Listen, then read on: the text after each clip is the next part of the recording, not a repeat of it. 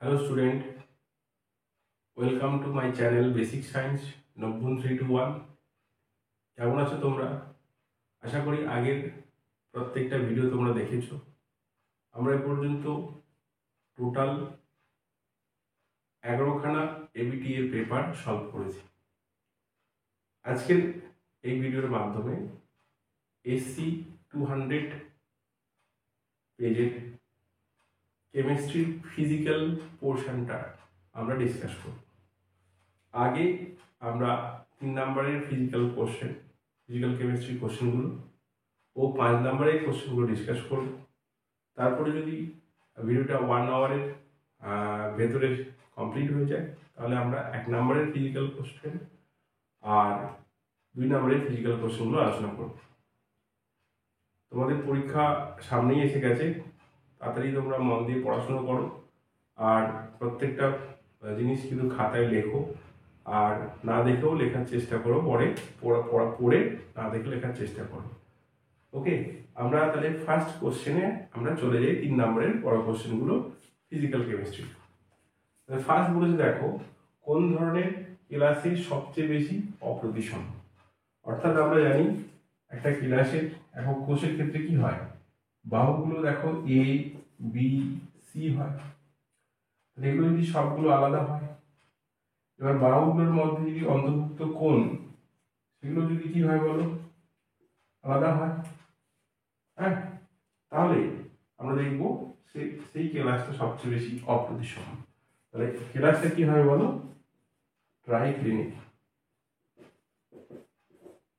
ট্রাইক্লিনিক হবে। ওকে, কেমন ধরনের ক্লাস হবে সেটা? ট্রাইক্লিনিক হবে। ওকে, নেক্সট কোশ্চেনে আমরা যাই যে একটি ঘনকের বাহু দৈর্ঘ্য বলে দিয়েছি, আমরা ছবিটা আগে এঁকে নিই।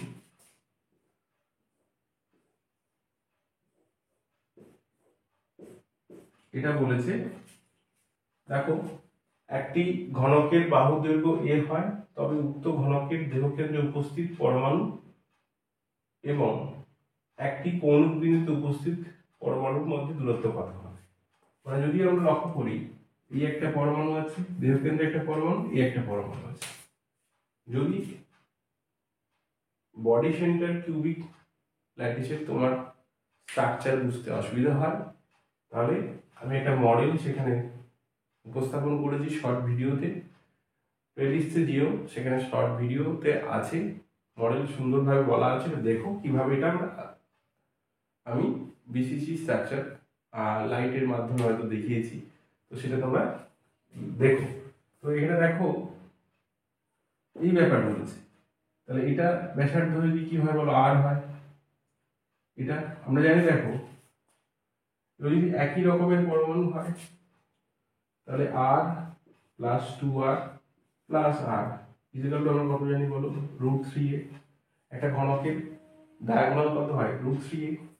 তাহলে একটা ঘনকের ডায়াগোনাল কত হয় বলো, √3a। এই বরাবর ঘনকের কর্ণকে বোঝাচ্ছে, মানে আমি আর প্লাস 2r প্লাস আর লিখলাম। এখানে অ্যাকচুয়ালি কত পেলাম বলো, 4r ইজিক্যাল √3a। তাহলে এই দুটোর মধ্যে দূরত্ব, এখান থেকে এই দূরত্ব কত হবে, এটা আর, এটা আর। তাহলে এটা আমরা লিখতে পারি 2r ইজিক্যাল টু √3/2a। বা দেখো এটা আমরা বলতে পারি, যদি দুটো কণার আকার আলাদা হয়, তাহলে যদি পরমাণুগুলি আকার ভিন্ন হয় তবে দেখো আমরা লিখতে পারি capital R plus 2r plus capital R is equal √3a। বা এখানে লিখতে পারি 2 ইন্টু ক্যাপিটাল আর, এটা √3a, বা ক্যাপিটাল আর স্মল আর √3/2a। বোঝা গেল? তাহলে এই দেহকেন্দ্রে অবস্থিত কণা এবং কর্নারে অবস্থিত কণার মধ্যে দূরত্ব কত হবে, √3/2a। ক্লিয়ার? আমরা পরের কোশ্চেনে চলে যাই। দেখো পরের কোশ্চেনে আমরা দিয়েছে, দেখাও যে একটি পৃষ্ঠকেন্দ্রিক ঘনাকার একক কোষের এফসিসির কণার ব্যাসার্ধ একক কোষের কিনারের দৈর্ঘ্য 0.35 গুণ। এটা কিন্তু তোমাদের চালাকি করেছে তোমাদের সঙ্গে, বুঝলে? তো দেখো কিভাবে হবে এটা। তো এফসিসি আমরা জানি যে ফেস বরাবর কি থাকে বলো, একটা মূল থাকে। ওকে, তাহলে এই বরাবর মানে কি, একটা স্কোয়ারের ডায়াগোনাল। এই কণাগুলোর প্রত্যেকটার ব্যাসার্ধ যদি আর হয় তাহলে আমরা লিখতে পারি এরকম, প্রতিটি কণার ব্যাসার্ধ যদি আর হয় তবে আর প্লাস 2r প্লাস আর, এইটুকুটা দেখো আর, এই পুরোটা 2r, এটা আর ইজ ইকুয়াল টু √2a। এটা একটা স্কোয়ার, স্কোয়ারের ডায়াগোনাল কত হয় বলো, √2a। তাহলে এখান থেকে আমরা পাচ্ছি 4r is equal two √2a, বা r is equal two √2/4a, বা দেখো কি চালাকি করে 0.35a হয়। এই ভ্যালুটা কত হয় বলো, 0.35। হ্যাঁ, বুঝা গেল? এই হচ্ছে চালাকি। তোমরা এটা জানো, কিন্তু এটা হয়তো অনেকে মিস করেছো। হ্যাঁ, ক্যালকুলেশনটা বার করোনি, তাই জন্যই হচ্ছে কি, হ্যাঁ বলছে যে আমার কোশ্চেনটা অনেক কঠিন। বাবু এরকমই কোশ্চেন আসবে, হ্যাঁ খেয়াল করে পড়ো। তো পরেরটা দেখো, পরের কোশ্চেন দিয়েছে যে এক্স ধাতুর কেলাস দেহকেন্দ্রিক একক কোষ দ্বারা গঠিত হয়, 2.3 গ্রাম এক্স একক কোষের সংখ্যা নির্ণয় করো।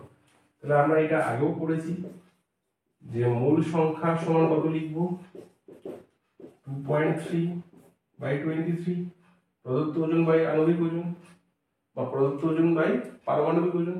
মূল সংখ্যাতে ক্যালকুলেশনে যদি ডাউট থাকে এর সম্পর্কে ভিডিও দেওয়া আছে, সেটা দেখে নিন। ওকে, এটা আসবে দেখো কত, 1/10।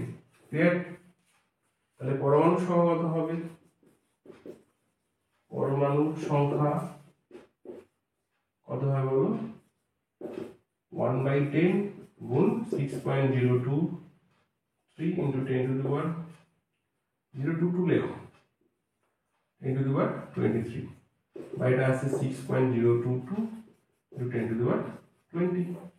ওকে, এবার দেখো এফসিসি তে, হ্যাঁ এখানে বলেছে যে এক্স ধাতুর কেলাস দেহকেন্দ্রিক কি করে বলো, একক কোষ গঠন করে। দেহকেন্দ্রিক একক কোষে কণার সংখ্যা হয় দুটো। তাহলে আমরা এটা লিখতে পারি যে 2.3 গ্রাম এক্স এ, 2.3 গ্রাম এক্স এর একক কোষের সংখ্যা কত হয় বলো, 6.022 10⁻20 বাই কত লিখবো, 2, 3.011 × 10⁻20 হবে। বুঝে গেল? ওকে, আমরা পরের কোশ্চেন লিখি।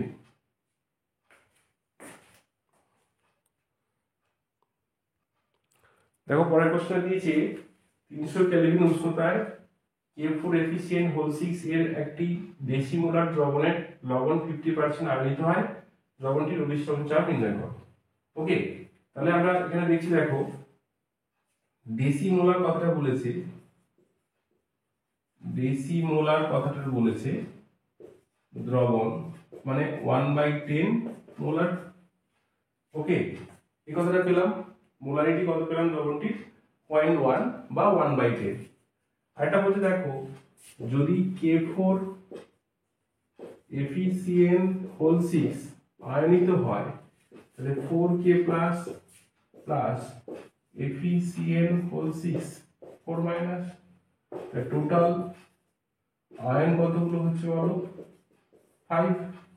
ওকে, তাহলে আমরা দেখো আলফা ইজ ইকুয়াল টু জানি I-1/n-1, আলফা হচ্ছে 50/100, I বার করতে হবে, n কত বলো এখানে 5 - 1, আমরা দেখো এটা আমরা পাচ্ছি 1/2। আচ্ছা ঠিক আছে, স্টেপটা করছি, তাড়াহুড়ো করছি তো, I minus 1 by 4, এখানে দেখো 4টা এখানে মাল্টিপ্লাই হলো, তাহলে I minus 1 is equal to half into 4, বা I minus 1 is equal to 2, বা I is equal to কত পেলাম বলো, 3 পেলাম। তাহলে ভ্যান্টক গুণকের মান কত পেয়ে গেলাম, 3। এবার দেখো অভিসরণ চাপের সূত্র থেকে আমরা কি লিখতে পারি,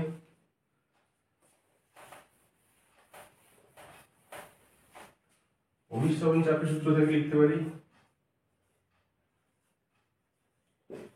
অভিসরণ চাপের সূত্র থেকে আমরা লিখতে পারি pi is equal to CRT into I, okay, pi is equal to CRT into I, বুঝতে পারলাম। তাহলে এখানে দেখো পাই এর মান আমাকে গণনা করতে হবে, সি এর মান কত পেয়েছি 1/10, আর এর মান 0.082, টেম্পারেচার কত বলছো 300, আর আই কত পাচ্ছি বলো আমরা 3। এটা ক্যালকুলেশন করলে আমাদের এখানে আসে যে 0.082 মাল্টিপ্লাই 90, তাহলে এখানে আসে দেখো 837, আর এখানে আসে দেখো 1 2 3, এটা 0 আসবে, তো 7.38 ATM, ওকে। একবার ক্যালকুলেশনটা আমি দেখে নিয়ে আসছি।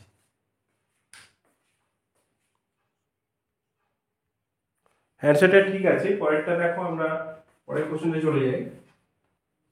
জলের টিএফ ডেল্টা টিএফ এত বলতে আমরা কি বুঝি, তাহলে আমরা জানি হিমাঙ্কের অবনমন সূত্র থেকে আমরা জানি KF into M into I, তাহলে যদি I 1 হয়, M টা যদি কি হয় বলো 1 মোলাল হয়, ওকে, তাহলে আমরা delta TF is equal two কি হয় বলো KF পাবো। তাহলে আমরা বলতে পারি যে কোনো অনুদ্বায়ী তড়িৎ অবিশ্লেষ্য পদার্থের, কঠিন পদার্থের দ্রবণের মোলাল গাঢ়ত্বের মান যদি 1 হয়, তবে উক্ত দ্রবণে অভিসরণ চাপে উক্ত দ্রবণে হিমাঙ্কের অবনমনের মান কত হয় বলো 1.86 কেলভিন হবে, ওকে। তাহলে 1 মোলাল অনুদ্বায়ী তড়িৎ অবিশ্লেষ্য কঠিন দ্রবণের হিমাঙ্কের অবনমন মান কত হবে 1.86 কেলভিন, ক্লিয়ার।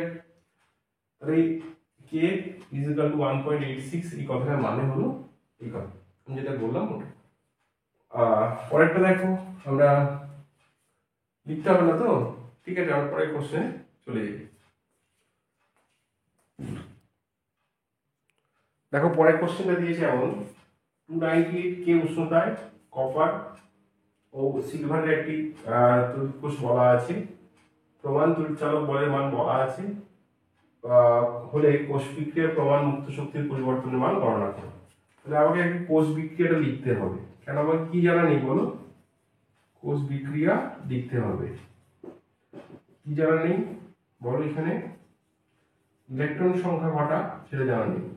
দেখো অ্যানোডে কি হয়েছে, কপার 2 প্লাস 2 ইলেকট্রন, ক্যাথোডে কি হয়েছে বলো, ক্যাথোডে হয়েছে কি বলো Ag plus 2 Ag plus 2 electron থেকে এটা, তাহলে দুটো ব্যালেন্স হাফ সেল রিঅ্যাকশনে আমরা দেখলাম ইলেকট্রন সংখ্যা কটা 2, তাহলে ডেল্টা জি এর মান is equal to minus NF E naught cell, তাহলে n এর মান এখানে 2 বসাবো, F 96500 বসাবো, আর E নট সেলের মান কত বলা আছে বলো 0.46, এটা আসছে কত ক্যালকুলেট করে আমি বলছি। তাহলে অ্যানসারটা হবে এরকম 887 80 জুল হবে। ওকে, আমরা অ্যান্সারটা পেয়ে গেলাম যে ডেল্টা জি এর মান কত জুল বলো, 8878 জুল বা কিলো জুলে যদি প্রকাশ করো তাই হবে। পরের কোশ্চেনটা এখন আমরা চলে যাই যে লৌহকরণের সঙ্গে মৃদু তড়িৎ বিশ্লেষ্য পদার্থের মোলার পরিবাহিতা বাড়ে কেন। তাহলে আমরা দেখো মোলার পরিবাহিতা যদি আমরা লিখি, মোলার পরিবাহিতা যদি আমরা লিখি lambda m is equal to kappa into 1000 by molarity। লঘুকরণের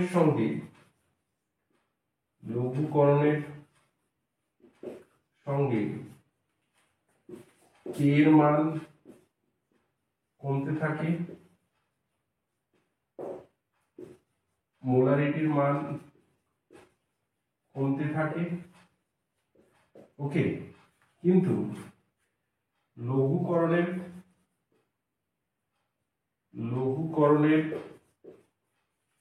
সঙ্গে কে এর মান কমার থেকে এম এর মান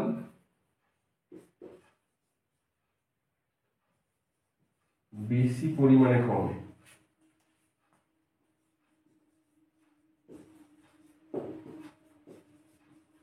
তাই মৃদু বা তীব্র তড়িৎ বিশ্লেষ্য পদার্থের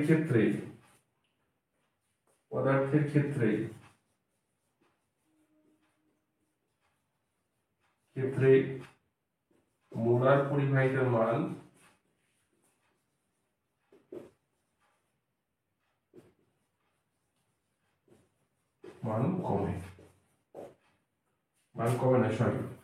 মান বাড়ে।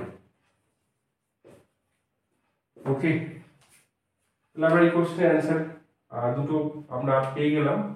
আমরা পরবর্তী কোশ্চেন লিখে নিয়ে আসছি।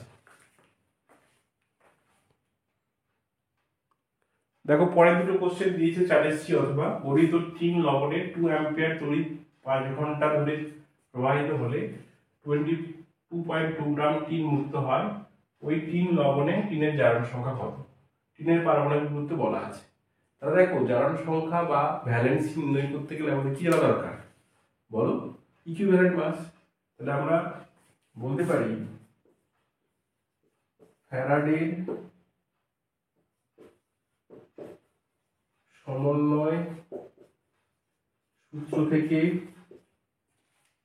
লিখতে পারি W is equal to E I T by F। দেখো W কত বলেছে? 22.2। E এর মান আমরা জানি না, I বলেছে 2। বাবু টাইমটাকে আমরা সেকেন্ডে নিয়ে যাব। ওকে, 5 into 3600 বাই এটা কত আসছে হলো 96500। তাহলে এখানে এর মান আমরা পাচ্ছি যে 22.2 মাল্টিপ্লাই 96500 ডিভাইড 5 into 3600 ওকে ইনটু 2। তাহলে এই ক্যালকুলেশনটা করে আমি তোমাদের আসছি ক্যালকুলেশনটা কত হবে আসছি। দেখো ক্যালকুলেশন করলে আসছে এটা 59.5। তাহলে আমরা জানি যে তুল্যাঙ্ক ভার ও পারমাণবিক ওজনের মধ্যে সম্পর্ক কি জানি বলো? লেখা হয়ে গেছে তো? হ্যাঁ, দেখো এটা আমরা ভ্যালেন্সি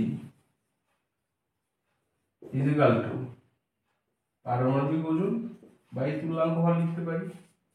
তাহলে এখানে 118.7 বাই 59.5, এটা অ্যাপ্রক্সিমেটলি কত আসছে বলো? 2। অ্যাপ্রক্সিমেটলি কত আসছে বলো? এটা 2 আসছে। তাহলে উক্ত লবণে টিনের জারণ সংখ্যা কত হবে? 2 হবে। উক্ত লবণে টিনের জারণ সংখ্যা কত? 2। উক্ত লবণে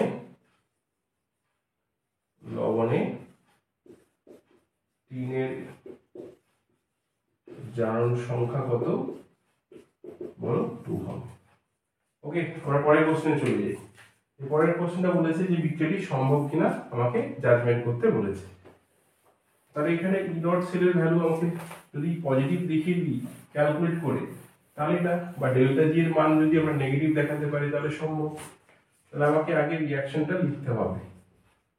2Ag solid Fe2 plus aqueous reversible 2Ag plus aqueous Fe, এটা সলিড।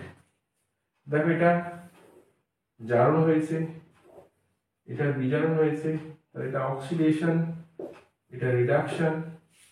আমরা সল্টই যাচ্ছি, তাহলে এখানে কি হয় বলো, অ্যানোড, এটা ক্যাথোড। অ্যানোডে অক্সিডেশন হয়, তাহলে এইভাবে লিখবো। আর ক্যাথোডে দেখো রিডাকশন হয়। ওইটা লিখে কিন্তু ভুলে যাব, বারবার আমি অনেকবারই এটা বলেছি, এটা লিখে তারপর ভুলে যাব যে কিভাবে এটা আমি লিখেছি। শুধু মনে রাখবো কাকে লিখেছি, তাহলে কিন্তু ভুল হয়ে যাবে। হ্যাঁ, তাহলে এখানে আমরা লিখবো E not cell, E nought right minus E nought left. রাইটে কি আছে বলো, এখানে এফি আছে। এফি প্রমাণ বিজারণ বিভবের মান নিশ্চয়ই এখানে বলা ছিল, মুছে ফেলেছি, দেখে নিচ্ছি একবার। প্রমাণ বিজারণ বিভবের মান এখানে নিশ্চয়ই বলা ছিল। হ্যাঁ, মাইনাস 0.44 মাইনাস এখানে কত বলা ছিল বলো, এখানে 0.80। তাহলে অ্যাকচুয়ালি এটা আসছে 4.2.1 নেগেটিভ আসছে, এত ভোল্ট। তাহলে দেখো ই নট সেল যদি নেগেটিভ হয়ে যায়, ই নট সেল যদি নেগেটিভ হয়ে যায়, তাহলে ডেল্টা জি কি হয় বলো, পজিটিভ ভ্যালু পাবো।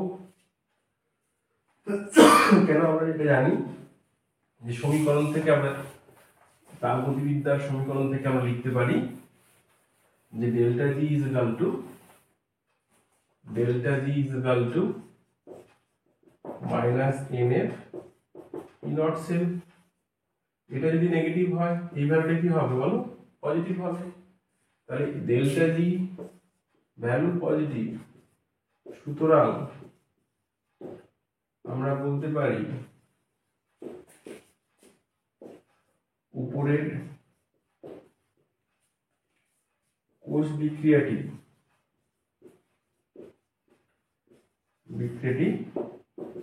সম্ভব হবে না। ওকে, আমরা পরের কোশ্চেনে চলে যাই। পরের কোশ্চেনটা লিখে নিই, 5 নম্বরের বড় কোশ্চেন লিখে নিয়ে আসছি।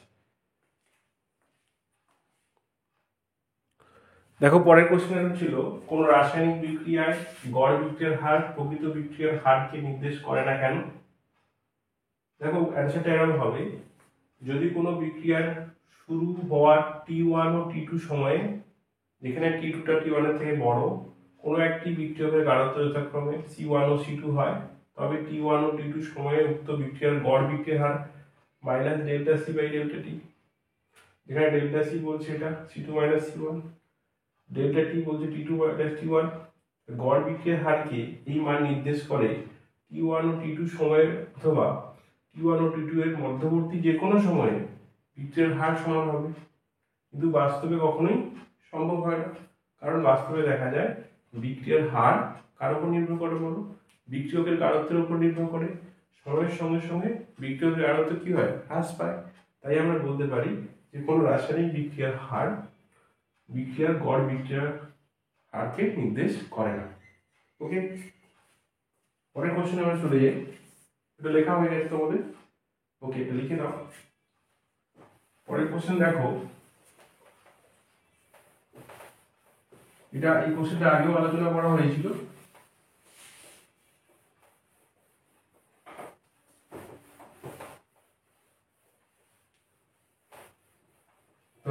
এটা দেখো বলেছে যে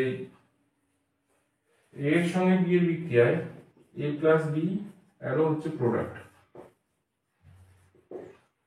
এখানে বলেছে বিক্রিয়ার হার সমান K into A to the power alpha B to the power beta. Okay, তাহলে এখানে এই কথাটা কি বলেছে বলো, বি এর গাঢ়ত্ব দ্বিগুণ করলে, ওকে, বিক্রিয়াটির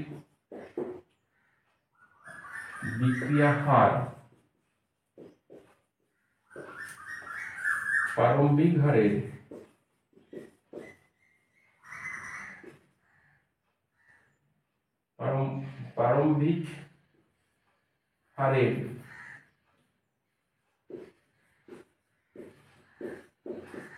একের 4 গুণ হয়।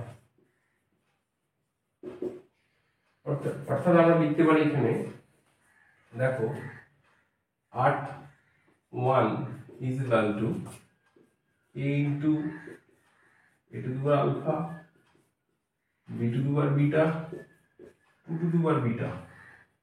কত গুণ বাড়িয়েছি বি এর 2 গুণ, তাহলে 2 to the power beta লিখে দেবো। তাহলে আমাকে বলা আছে, প্রদত্ত বলা আছে যে R1 ও R2 এর ভ্যালু কত বলা আছে, দেখো কতটা ছিল, r is equal to k into e to the power alpha b to the power beta। R1 is equal to পেলাম k into e to the power alpha b to the power beta 2 to the power beta। এই জায়গায় কাকে বসিয়ে দেবো, বলো r কে বসিয়ে দেবো, তাহলে R1 is equal to r into 2 to the power beta বা R1 by r কত হয় বলো, 2 to the power beta। এখানে বলছে 1 এর 4 গুণ হয়, এই অনুপাতটা কাকে নির্দেশ করছে বলো, 1 এর 4। ঠিক আছে, মানে R1 is equal to 1 এর 4 into r, তাহলে R1 by R2 R1 by r equal to 1 by 4। তাহলে এখানে আমরা লিখতে পারি 1 by 4 2 to the power beta বা 2 to the power minus 2 2 to the power beta গুণনা করে পাই কত লিখবো বলো, বিটা is equal to -2। তাহলে উক্ত রাসায়নিক বিক্রিয়ায় বি এর সাপেক্ষে ক্রম কত হবে, -2 হবে। উক্ত রাসায়নিক বিক্রিয়ায় বি এর সাপেক্ষে ক্রম কত হয় বলো, 2 হবে। তাহলে বি এর সাপেক্ষে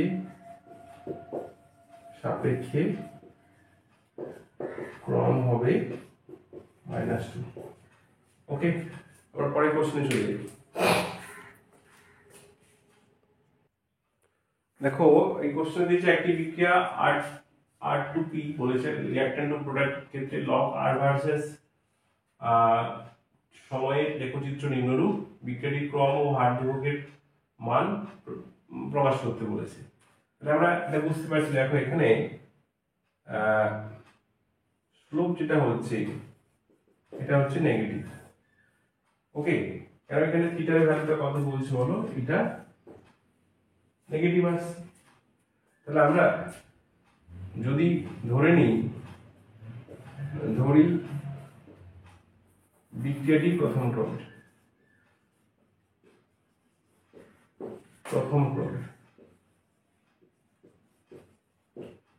হার ধ্রুবকের সমীকরণ আমরা লিখতে পারি, ধ্রুবকের সমীকরণ এখন log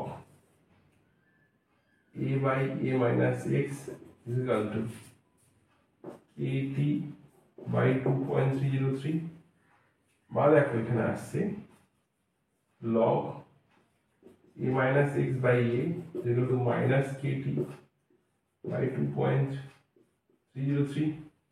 দেখো রেসিপ্রোকাল করলাম, এর সামনে মাইনাস হতো, মাইনাসটা ওপাশে নিয়ে গেলাম। ওকে, বা এটা লিখতে পারি দেখো log a minus x minus minus log A, এটা লিখতে পারি দেখো কেটি বাই 2.03, বা এখানে লিখতে পারি log a minus x is equal to minus kd by 2.303 plus log a, এটা কার মতো আসছে বলো, y is equal to mx plus c। তাহলে উপরোক্ত সমীকরণটাতে আমরা দেখতে পাচ্ছি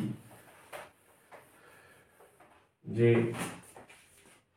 y is equal to log a minus x বা log r কথাটা বলছে, আচ্ছা x is equal to কত বলছে ওর t, m is equal to বলছে মাইনাস k বাই 2.303, আর এটা আছে c is equal to log a। তাহলে এটা যদি আমরা গ্রাফ করতাম y is equal to mx plus c এর গ্রাফ ড্র করতাম, তাহলে সেটাও কি হতো বলো, এরকম হতো। ঠিক আছে, তো এখানে একটা কমপ্লিশন দিয়েছে, এটা যে কনফিউশন, এটা তো প্রিন্টিং মিস্টেক হয়েছে, কমপ্লিশন কিন্তু হবে না। ওকে, তো এখানে দেখো স্লোপটা কি দিয়েছে বলো, নেগেটিভ দিয়েছে। স্লোপ যদি নেগেটিভ না থাকতো তাহলে কিন্তু আমরা অন্য কথা ভাবতাম। তাহলে এখানে দেখো এটা একটি প্রথম ক্রমের বিক্রিয়া, তাহলে আমরা তুলনা করে পাচ্ছি যে তুলনা করে পাই এটি একটি প্রথম ক্রমের বিক্রিয়া।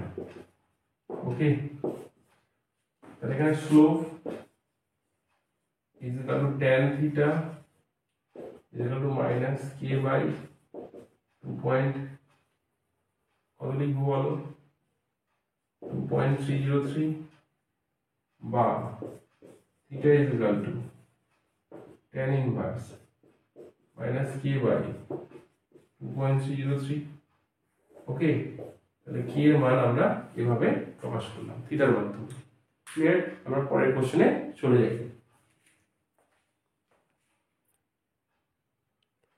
দেখো আমরা পরের কোশ্চেনে চলে যাই, যে আমরা আজকের 3 নম্বর কোশ্চেনটা আগে আলোচনা করি, যেহেতু লিখে ফেলেছি। একটি নির্দিষ্ট উষ্ণতায় অনুঘটকের অনুপস্থিতিতে ও উপস্থিতিতে একটি রাসায়নিক বিক্রিয়ার সক্রিয়করণ শক্তি পার্থক্য কত হয়, 2RT। যদি অনুঘটকের উপস্থিতিতে বিক্রিয়ার হার ধ্রুবকের মান অনুঘটকের অনুপস্থিতিতে হার ধ্রুবকের মানের x গুণ হয়, তবে x এর মান কত। দেখো অনুঘটকের উপস্থিতিতে আমরা জানি যে এটা E base K2 by K1 is equal to EA minus EA2 by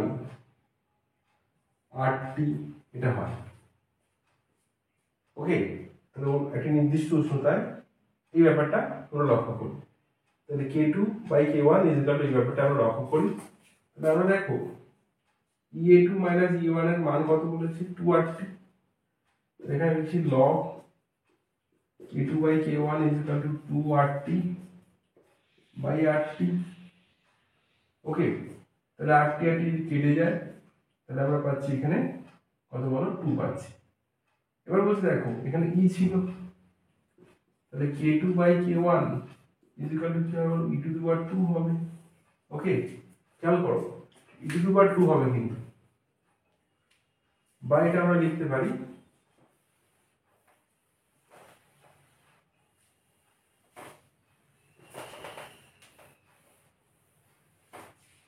বা আমরা এটা লিখতে পারি K2 by K1 is equal to e to the power 2 or K2 by K1 is equal to 10 to the power 2 by 2.03।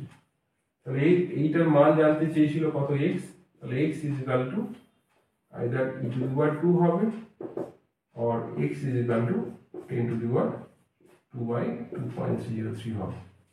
Clear হলো আমরা কথা? ওকে, next কথা চলে যাই। দেখো পরের কোশ্চেন দিয়েছে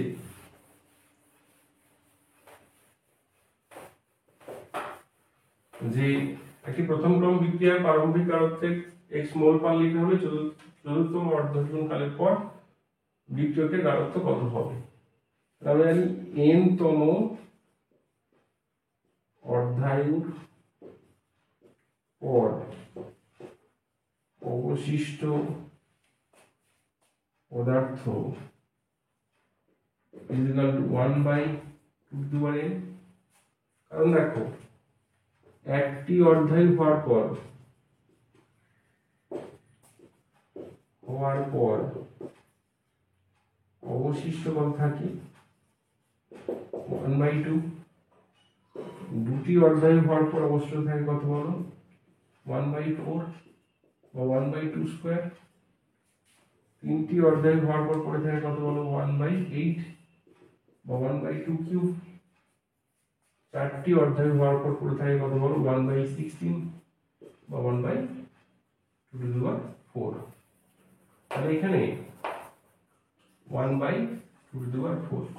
তাহলে অবশিষ্ট পরিমাণ চতুর্থতম অর্ধজীবন কালের পর বিক্রিয়কের গাঢ়ত্ব কত হবে? এটা লিখবো আমরা যে চতুর্থতম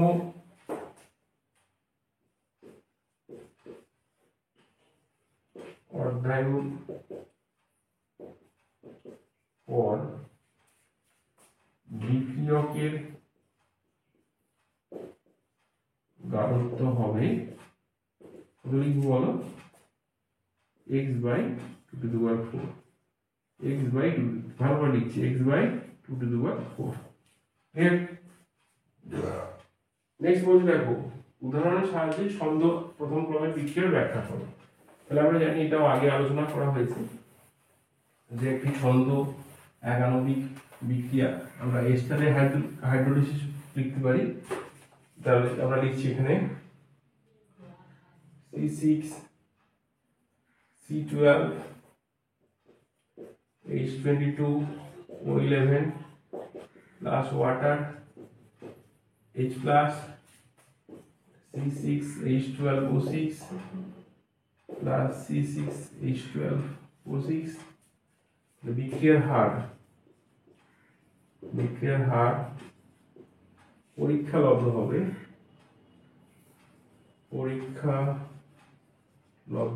বিক্রিয়ার হার K into C12 O11।